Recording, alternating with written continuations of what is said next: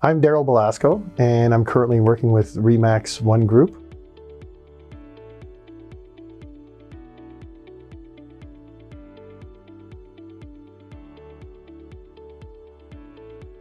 I've been a realtor going on my 8th year now. I became a realtor for a few different reasons.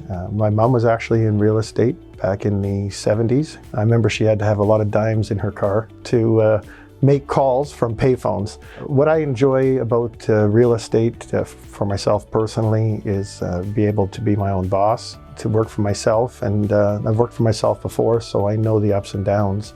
And I know when I got into real estate, friends and family were saying, I think you'll do great, but I think you're also crazy.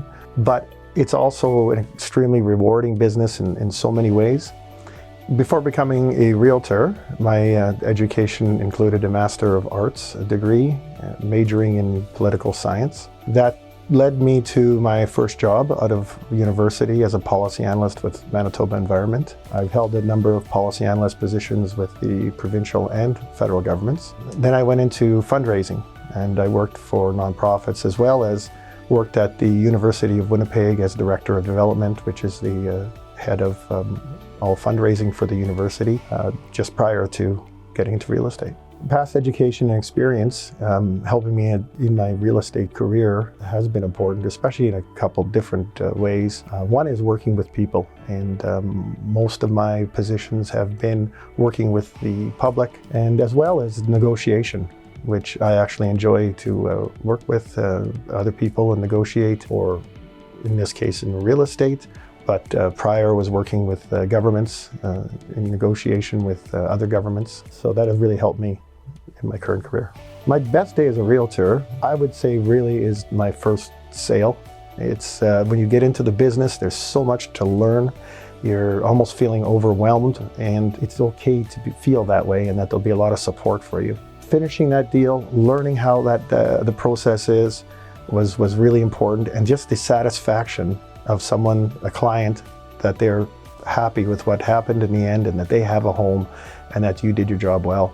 I define success in real estate in the fact that sometimes they come back to you and they say how much they've enjoyed working with me and how smooth the process was. And one of the biggest compliments you can get, of course, is referrals. And that's important to me, and I think important to most realtors. I've always enjoyed volunteering.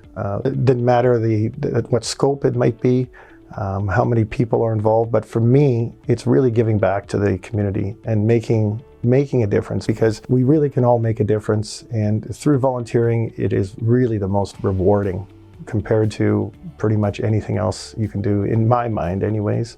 When I first started volunteering with the Manitoba Real Estate Association, I was on the policy board, and one of the presentations that was being made on Manitoba Tipi Mitawa was Harry DeLu. And when I listened to what the program was about, it greatly interested me, because I have a background working in housing, and I know the power of home ownership and the power for generations this can last, and especially for First Nations people who may not have a family history of home ownership. It is a very, very powerful mechanism going forward, especially for the children to have a stable home to live in, a stable community to live in, a school that they continue going to.